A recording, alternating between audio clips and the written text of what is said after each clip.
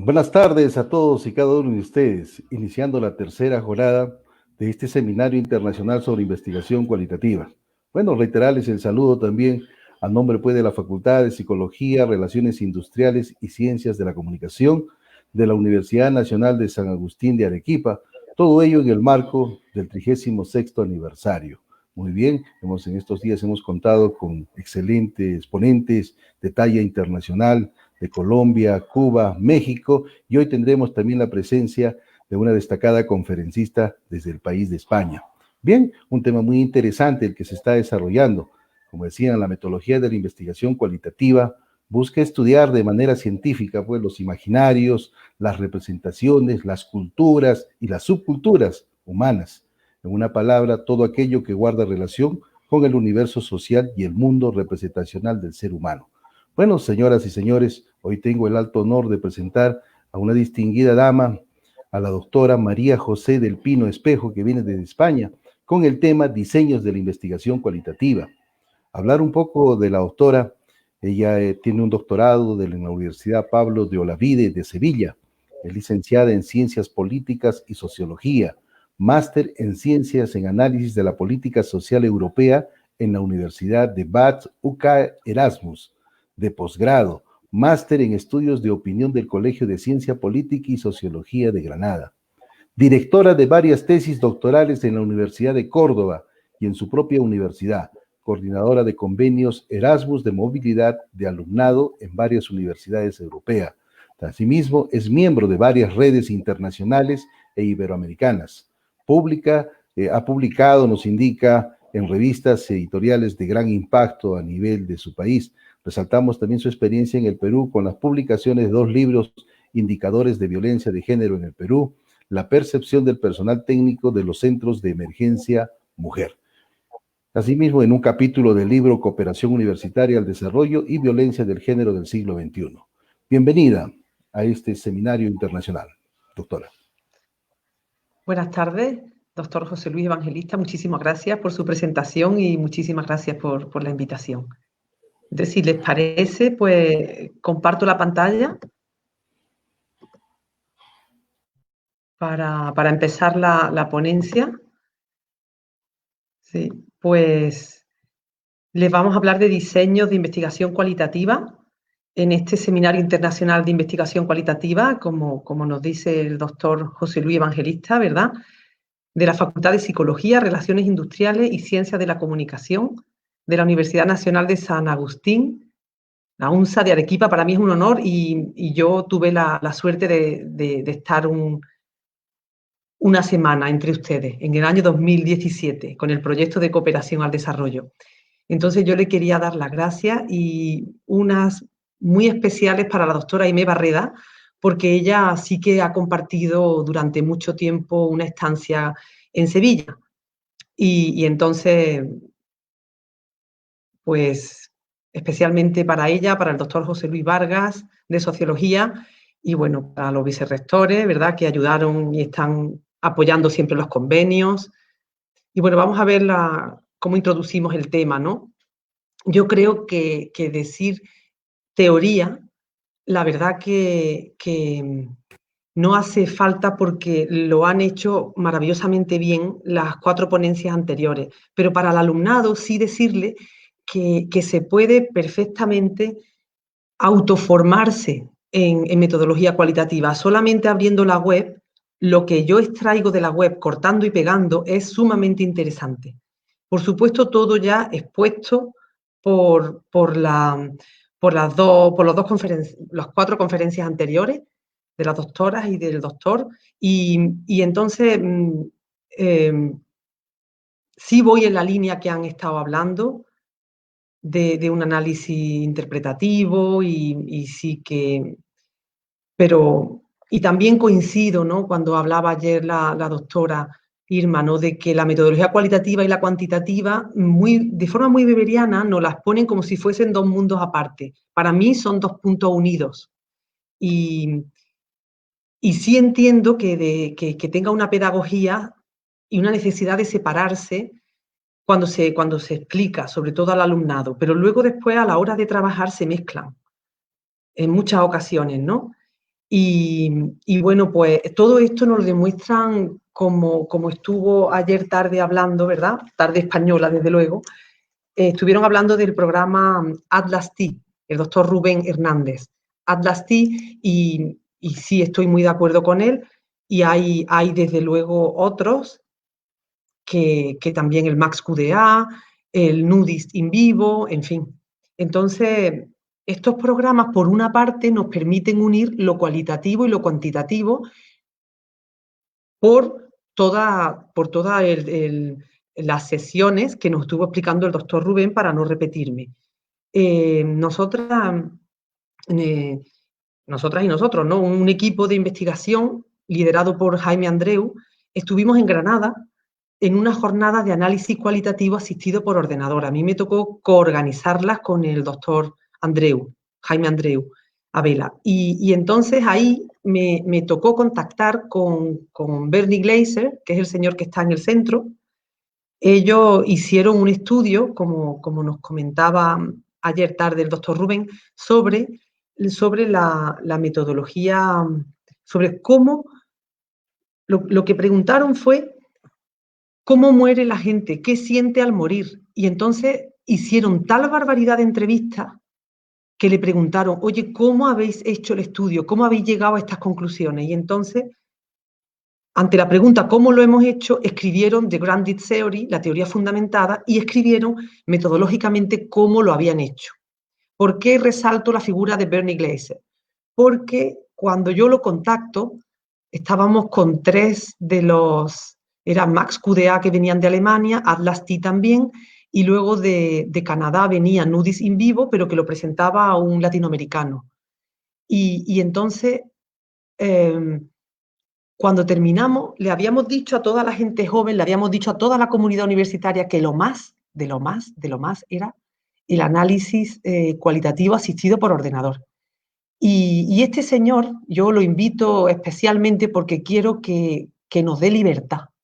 Entonces, él, mediante videoconferencia, nos dice que no está de acuerdo. A pesar de que estos programas usan como base su libro, él no está de acuerdo porque dice que el análisis cuantitativo y que el ordenador le resta creatividad y espontaneidad. Entonces él se sintió como un poco frustrado porque le llevaba la contraria a toda la sala, que era una sala inmensa. Y yo le dije, doctor Glaser, yo estoy feliz porque usted le ha dado opciones. Yo creo que en la investigación lo primero que debe de haber son las opciones y la libertad. Y entonces, a pesar de que él tenga esa opinión, no hablé con el señor, con el doctor Strauss, Anselm Strauss, y no sé lo que piensa, pero es muy relevante la disciplina que nos ocupa, que yo lo que hago es sociología, nace de una discusión y sigue la discusión, ¿no? A mí me parece esto fantástico. Siempre y cuando no haya, ¿verdad? Libertad, siempre que no haya adoctrinamiento.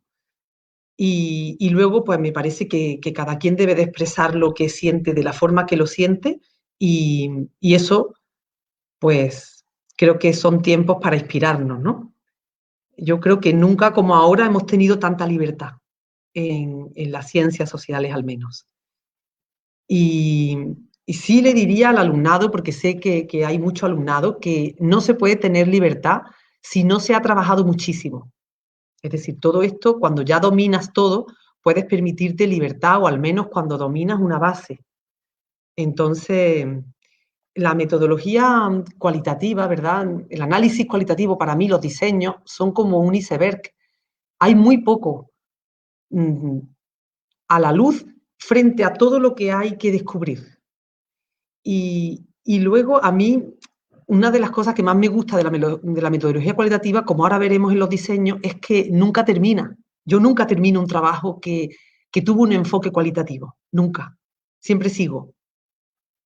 Entonces, sí me gustaría también hablar de que los diseños tienen que dar lugar a publicaciones de impacto, ¿no? Y a nosotros se nos obliga a publicar en el JCR, en Scopus, y entonces el profesorado debemos de unirnos y debemos de hacer redes, porque si no es muy difícil llegar. Entonces, a mí me parece que cuando estamos hablando de investigación cualitativa, también algunas veces se pasa mal y se sufre, ¿no? Y entonces, para evitar todo esto, pues hay unos procedimientos éticos que además, si no los sigues, no te publican las revistas de impacto, que le llaman en Norteamérica el proceso IRB, ¿no? Y que te lo explican en Estados Unidos estupendamente. Nosotros tenemos una colega que es Karina Villalba, que es una latina, además de norteamericana, y está encantada de participar y de apoyar para que podamos llegar. Entonces, cuando hablamos de metodología cualitativa, también tenemos que hablar de ética y del procedimiento ético. Y pues yo me saqué un título, me hicieron hacer para que yo comprendiera y demostrara, por medio de ese título, que yo sabía de qué iba la investigación en Estados Unidos y cuáles eran todos los procedimientos éticos y todo, ¿no? Luego hay una estructura, ¿no? O sea, aunque sea análisis cualitativo, hay una estructura. Y Karina me envió un artículo suyo, por si quieren, le dejo el link, donde tiene exactamente el mismo esquema que un artículo de metodología cuantitativa, idéntico. Y esto me llamó la atención porque yo en metodología cualitativa me sentía más libre, pero hay que tener mucho cuidado con la estructura. Y luego lo único objetivo que me trae hoy es de compartir con todos ustedes y en seguir haciendo redes con todos vosotros y todas vosotras. Y, y entonces vamos a poner una serie de ejemplos, ¿verdad? Vamos a empezar con unos grupos de discusión con menores en educación primaria, que esta es una dirección de tesis doctoral que tuve. Luego vamos a seguir con sociología visual, el marketing del sex appeal y el género. Tenemos otro de estereotipos de género en el arte, pero ya tenemos casi 90 diapositivas y nos pareció excesivo. También me gustaría hablarles un poco de la aproximación al psicodrama, de utilizar la expresión corporal como apoyo en las clases, que también se obtiene una barbaridad de información, muchísima, y se puede apoyar y ayudar mucho al alumnado. Y luego los programas de análisis cualitativo asistido por ordenador lo tocaré mucho menos porque ya lo tocaron en el día de ayer. Entonces, el grupo de discusión en educación primaria, aquí tenemos la tesis doctoral, que abajo están los links, y es la pedagogía del entorno como motor de desarrollo, claves para la intervención educativa en las marismas del Guadalquivir. Nosotros, bueno, Antonio Aranda Campos, que él es el que escribe la tesis y yo le hago de directora junto con otra compañera, Rosalía Martínez, de mi departamento, pues lo que Antonio se preguntaba era qué conocían los niños y las niñas de los colegios sobre su patrimonio y quién se lo enseñaba. Y ya verán que cuando terminemos, qué curioso con la ética, porque no nos propusimos cumplir con todos los procedimientos éticos, pero Antonio Aranda Campos sí los cumplió, porque estaba tratando con menores. Entonces, hay una entrevista reciente, porque como les digo, la metodología cualitativa para mí verdaderamente no tiene fin. Entonces, hemos estado el 21 de octubre durante una hora hablando sobre su tesis en el programa de radio Élite Radiovisión y él hacía muchísimos avances de cómo se daba también la educación patrimonial en otras comunidades autónomas, en otros países, y realmente qué pasaba con una educación como tenemos en España, muy centrada en el manual, en el libro de texto. En fin, la verdad. Entonces, claro, pues aquí no había duda porque al tratarse de menores, pues tenía que hacer el consentimiento informado de los padres y de las madres. Aquí tenemos algunos chavalitos en el Bajo Guadalquivir, aquí en Sevilla. Tenemos también algunas de las fachadas de los colegios. Y esta es una zona arrocera sevillana, Puebla del Río, que es uno de los pueblos, e Isla Mayor. Y en varios de los colegios él hace su trabajo. Y me gustaría mostrarle un poco cómo es esa zona. porque si conseguimos el equilibrio en esa zona, se mantiene una zona protegida, que es el Parque Doñana, que tiene parte de ese parque que es una maravilla y está muy, muy, muy cerquita. Y entonces aquí tenemos la zona rosera.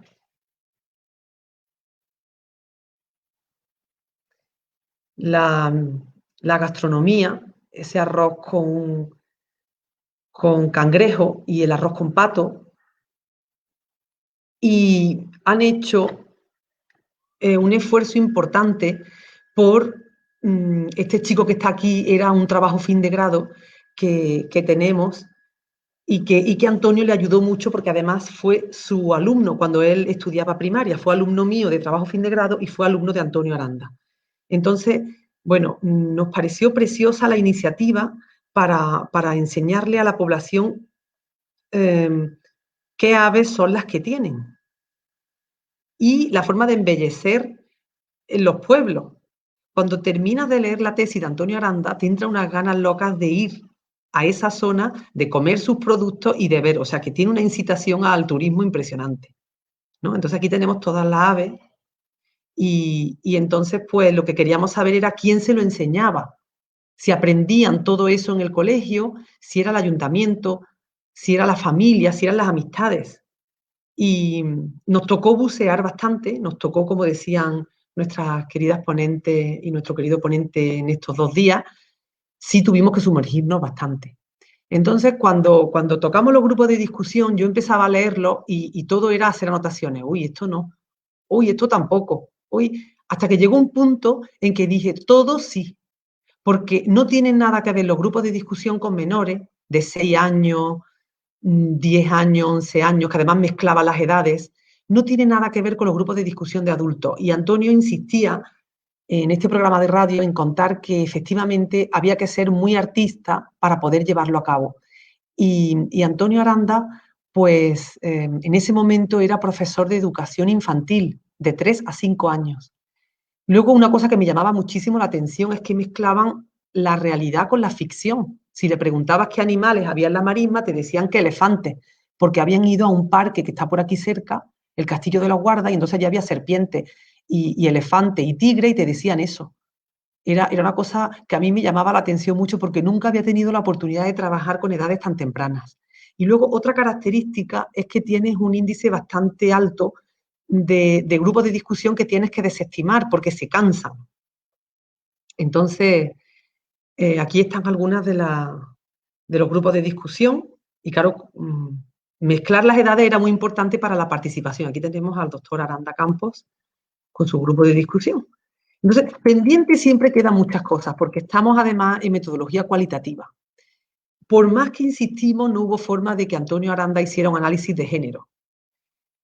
Y siempre que tocamos temas de niños y de niñas y de zonas de campo, nos salen los roles instrumentales, todo lo que tiene que ver con el campo, con lo del aire libre, que es de la educación del chico, y luego todo lo que tiene que ver con el interior del hogar son los roles expresivos y tienen que ver con las niñas.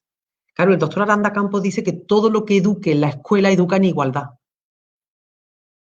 Y bueno, a él le quedan, ahora estamos trabajando mucho los podcasts, y una vez más les digo que lo más sorprendente es que todo lo que a mí me han ido explicando Karina Villalba en la universidad, yo siempre le llamo, bueno, ya está en Miami, y la Universidad de la Florida, pues todo lo cumplía Antonio Aranda. Entonces, eso me pareció, y aquí tenemos la entrevista otra vez, y pasamos al segundo ejemplo, ¿no? El segundo ejemplo, lo voy a contar, este diseño metodológico, porque es muy divertido, y para mí fue muy divertido haciendo el trabajo de campo. Para las personas a las que yo realizaba el trabajo de campo, no lo sé, porque algunas veces me daba la impresión de que era demasiado la información que yo obtenía y demasiado íntima, pero buscábamos qué es lo que desea la gente y desde luego que cumplimos con el objetivo, ¿no? Entonces queríamos ver las diferencias de género en el marketing del sex appeal y bueno, no había tantas. Entonces, yo lo enmarco dentro de la sociología visual y nuevamente se me viene el dibujo del iceberg. Y este trabajo lo hago con Patricia Bifani Richard, que ella es chilena, que aprende esta metodología de Naciones Unidas y ya trabaja mucho con Naciones Unidas. Y con ella podemos desarrollar el test de estereotipos de género, lo publicamos y bueno, fue una experiencia muy bonita.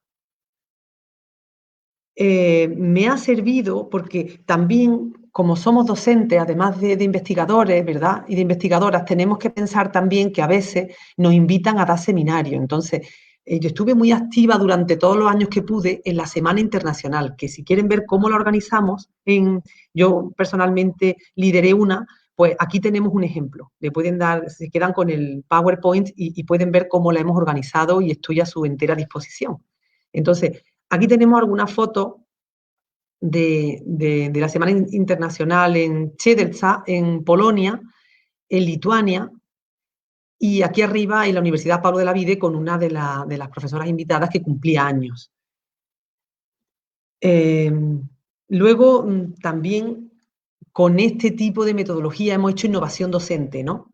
Y teníamos un atranque en el cambio al espacio europeo de educación superior como de 40 trabajos fin de grado de ciencias ambientales que no había forma de que terminaran. Entonces, utilizando las fotos, utilizando esta metodología, pues terminaron su trabajo fin de grado y también como Antonio yo mezclé los diferentes grados, trabajo social con ciencias experimentales y fue un acierto impresionante. Y también tenemos que tener, digamos, algunos tipos de seminarios estrella, porque si no, cuando he ido por ahí a dar clase pues a diferentes países en el marco pues la verdad que ha resultado estupendamente. Le ha gustado mucho al alumnado y se han divertido muchísimo, ¿no? Entonces, ahora vamos a mostrar una batería de imágenes. Normalmente están plastificadas y detrás tiene una letra, por ejemplo, 1 hombre, 2 mujer, 12 parejas, 15 grupos, y se le enseña toda la batería si es entrevista a la persona. Y si es grupo y es autoaplicado, pues ya verán que luego al final salen 2 páginas de copias con las imágenes chiquititas y los números al lado y las letras. Y me gustaría, por favor, si pueden elegir cada uno de ustedes 3 imágenes.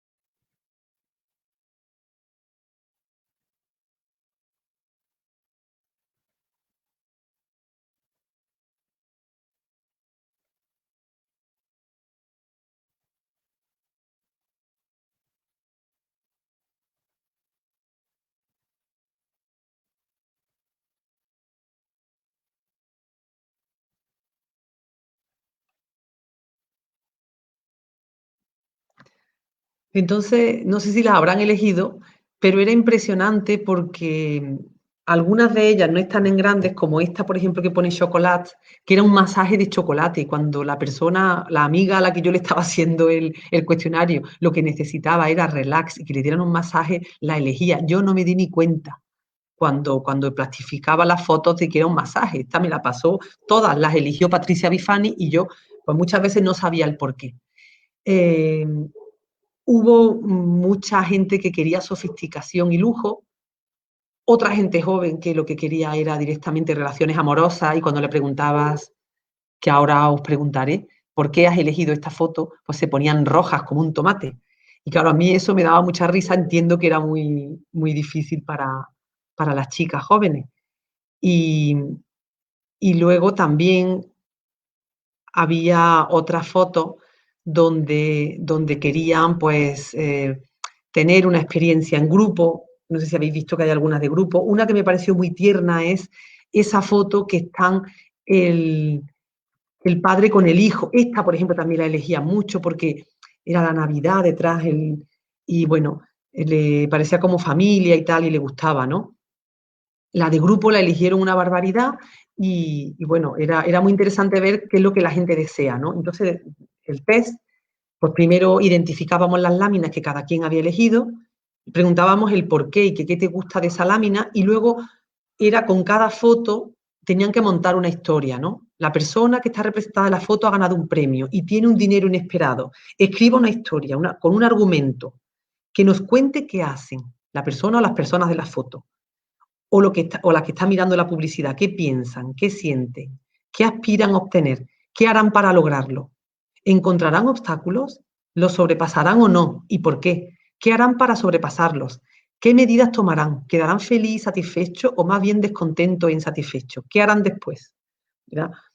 Y entonces, una cosa que me llamó mucho la atención es que Alemania era distinta a todos los países en los que yo había pasado el cuestionario. Es decir, el premio era después de haber trabajado muy duro. No había un premio así, sorprendentemente. Y bueno, entonces las semanas internacionales me parece una herramienta de internacionalización y de compartir maravillosa. Son de lunes a viernes, tienes un seminario de una semana con el alumnado y el fin de semana y por las tardes pues organiza una barbaridad pues, de actividades para que el profesorado con el alumnado conozca la zona. Y entonces tiene que llevar un seminario muy bien acotado, que le guste al alumnado, que sea atractivo, porque al final lo exponemos en grupo, o sea, en una sala de grados o en 2 salas de grados se expone el resultado de lo que han aprendido contigo una semana. Y lo financia Erasmus, casi por completo, porque financia el viaje, financia la estancia, financia dietas y también en mi caso y en todos los casos buscamos patrocinadores. Y bueno, pues aquí tenemos la publicación del artículo que está en la ventana y luego nos pareció eso muy divertido y que la gente de verdad que se retrataba, ¿eh? La gente de verdad que se le veía todo.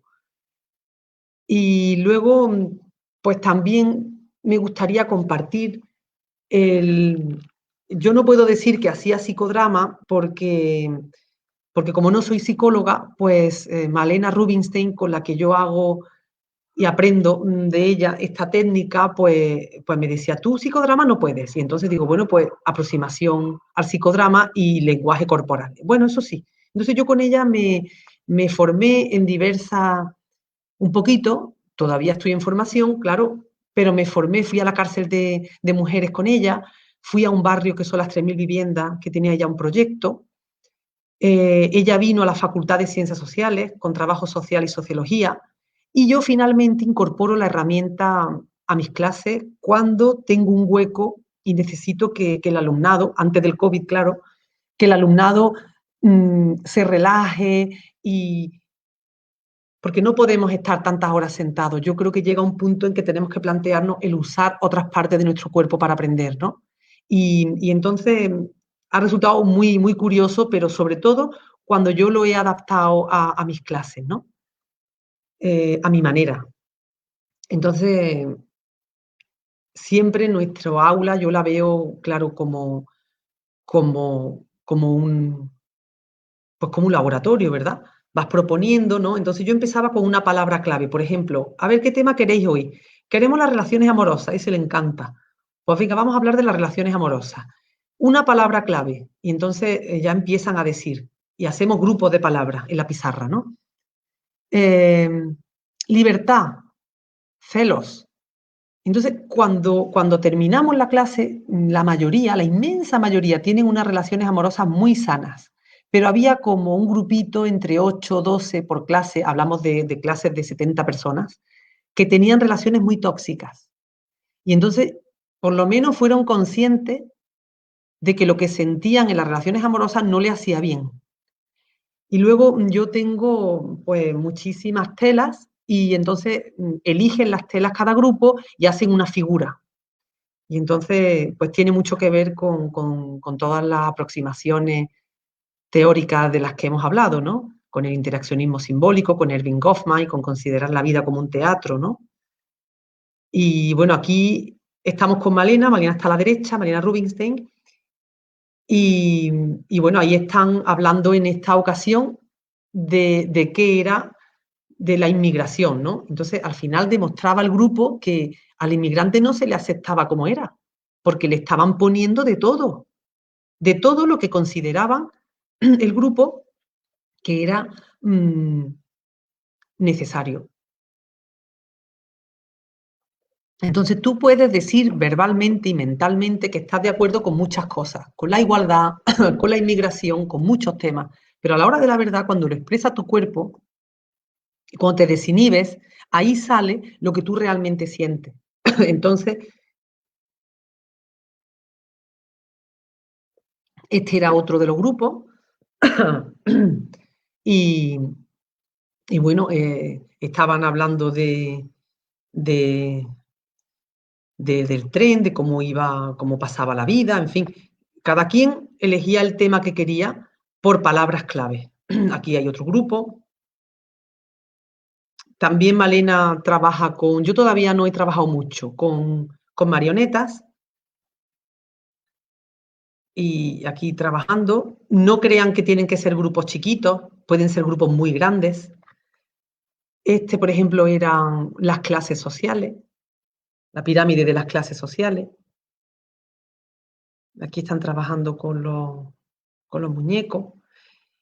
Y pasamos a otro de los ejemplos que quería comentarle, que me pide una colaboración la Universidad Católica de Temuco, Chile, que les quería compartir, que es una universidad y la Facultad de Educación. Concretamente, el doctor Juan Mansilla a mí me pareció maravilloso porque fíjense que al final, si miran al final, tiene un edificio moderno, pero esto es una ruca.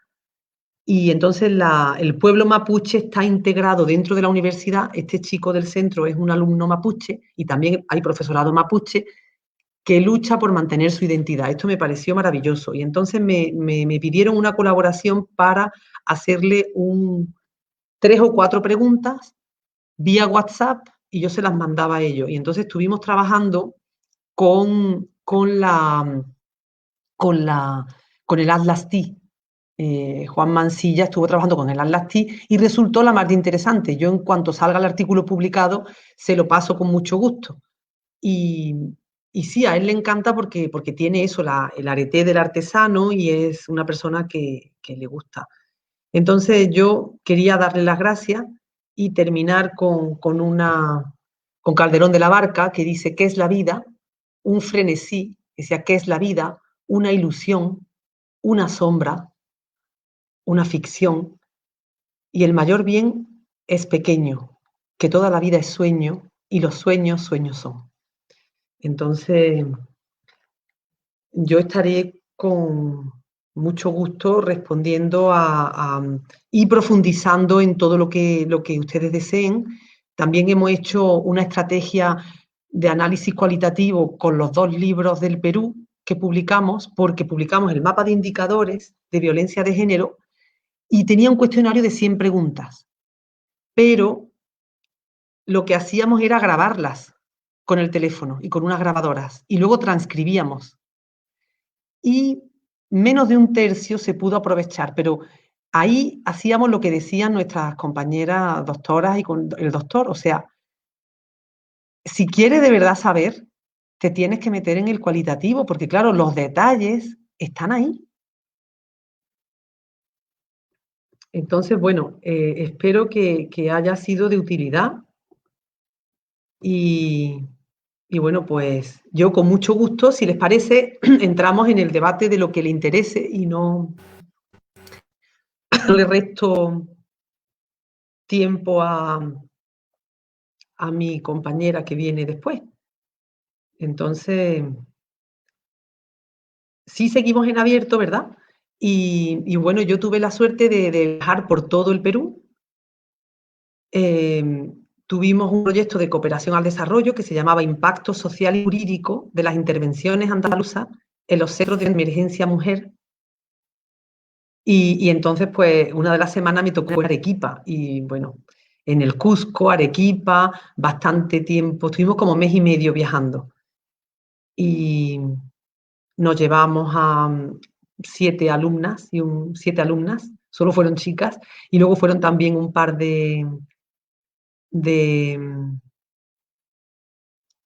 bueno, un par de técnicas del proyecto.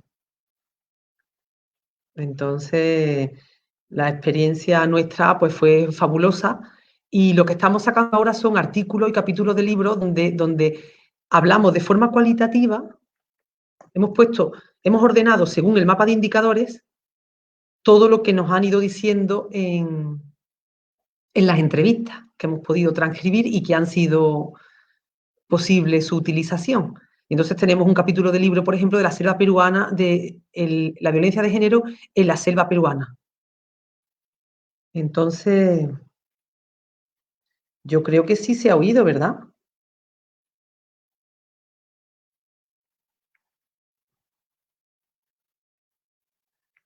Bueno, pues entonces yo no sé si tendrá que contactarme la persona que lleve las preguntas, si ha escrito en el chat, porque claro, yo como he estado hablando, pues no he podido estar pendiente de nada. Entonces, pues a mí me parece que siempre hemos triunfado mucho más como profesora con el cualitativo que con el cuantitativo. El cualitativo ofrece muchísimo más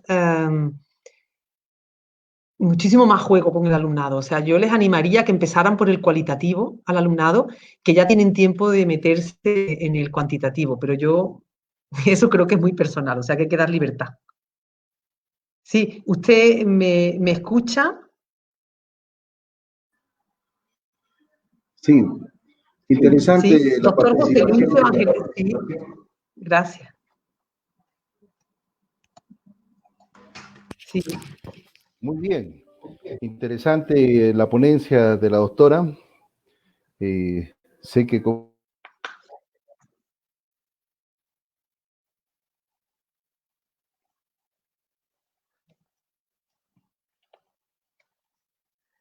Bueno, yo no oigo y si yo no oigo, pero si en el chat pues hay alguna pregunta, algún comentario, algo que quieran que profundicemos o que pues yo con mucho gusto les participo de lo que necesiten. Pero ya les digo que siempre hemos obtenido mejores resultados, yo creo, haciendo balance con el análisis cualitativo, porque además al alumnado de ciencias sociales le es más muy fácil. bien. Sí. Así es, doctora. Muy bien. Bien, no puedo leer, alcanzar aquí, dar lectura a las inquietudes que tienen, por favor. Puede Ahí hay una profundizar. Ay, inquietud. perdón, si tiene ahí Sí, sí, yo no lo las puedo leer, a ver si características. usted. Sí, doctora, adelante. Sí, sí, pues dice que, perdón, Melisa Rodríguez Aguilar, gracias, Melisa, que si puedo profundizar la característica de la flexibilidad de los diseños cualitativos en relación a sus ventajas y desventajas. Muchas gracias. Pues para mí la flexibilidad tiene mucho que ver con la creatividad, Melisa. Entonces yo eso lo veo interesantísimo. Ahora bien, tienes que ir de la mano de una persona que sepa muchísimo. Yo, por ejemplo, me meto en marketing del sex appeal. ¿Por qué? Porque tengo a una persona licenciada, además de en psicología, y además de ser doctora, porque yo tuve el honor de doctorarla, yo fui su directora de tesis de Patricia Bifani, pero ella además es artista, ella estudió Bellas Artes, ella sabe. La metodología cualitativa tiene una gran ventaja, que tú puedes ser muy libre, una gran desventaja, que te pierdes. Entonces, la única forma de evitarlo es llevar la mejor de las expertas y el mejor de los expertos a tu lado, porque si no, de verdad que no vas a poder. Y cuando tú te hagas experta, pues ya va como la seda, pero no es fácil, no es una metodología fácil para nada, es muy lenta y luego te da la impresión de que no se vaya a publicar en las mejores revistas, es falso. Hay que buscar porque sí, yo estoy en ello y tengo fe de que sí. Entonces, la pérdida, la mayor desventaja, la creatividad y la libertad, la mejor ventaja. Y luego que es barato, es más barato. Sí. ¿Qué nos recomienda aplicar para reducir el margen de error? Y en este caso, en el ámbito recursos humanos, ¿es recomendable el uso de barómetros? Yo ya les digo que cuando los resultados se te repiten, que se llama saturación teórica, ya puedes dejar de hacer trabajo de campo. Yo no quise hablarles de la primera investigación que hice en mi vida, que nunca voy a dejar de hacerla, que era la mujer empresa Campiña Sur Cordobesa. Y yo termino hablando de valores. Y digo, la Campiña Sur Cordobesa, que era mi pueblo y los pueblos de alrededor, la mujer tiene unos valores tradicionales. Las mujeres con valores postmodernos se fueron a la ciudad. Y las mujeres modernas no había. Voy a una conferencia de Eduardo Bericat y la encuesta mundial de valores dice exactamente lo mismo de toda España. Y yo a esa conclusión llego pues con 13 mujeres. Entonces, claro que luego puedes ver si se han hecho estudios de tu temática superiores, en cuantitativamente hablando, y ver si se corresponde tus resultados con ellos. Yo fue lo que hice, pero de casualidad, y la verdad yo en lo cualitativo lo clavo. Siempre que trabajamos en equipo lo clavamos. Pero la saturación teórica te da mucha pista. Cuando estás repitiendo, ya no sigas, porque ya sabes los resultados. No sé si Carlos, Michael. Sí, doctor Evangelista, ¿usted lo lee o lo leo yo? Léalo usted, doctorita, porque yo no tengo acceso a cómo se ajusta. Tenía ese problema, estaba ahí con un problema técnico. Estábamos por eso con el teléfono coordinando. Gracias. No se preocupe usted, adelante. Doctor. Millones de gracias. Sí, gracias. Buenas tardes. Una consulta más, doctora. ¿Cuáles son las principales características que debemos tener en cuenta para diseñar una investigación cualitativa? Pues las principales características. Yo creo que cuando no te piden, por ejemplo, nosotras en el proyecto es que pusimos que íbamos a hacer un mapa de indicadores del Perú. Yo cuando vi aquello, digo, hemos estado locas, porque éramos todas mujeres. No, todas mujeres no. También teníamos a un par de psicólogos fantásticos. Y digo, hemos estado locos y locas. ¿Cómo podemos haber puesto que vamos a sacar cuando yo vi que el Perú tenía una diferencia? Porque aquello era enorme, nos teníamos que montar en los aviones para ir de la selva a Trujillo y de Trujillo, y además íbamos siempre de la selva a Lima, de Lima a Trujillo. Bueno, aquello menos mal que nos dividimos.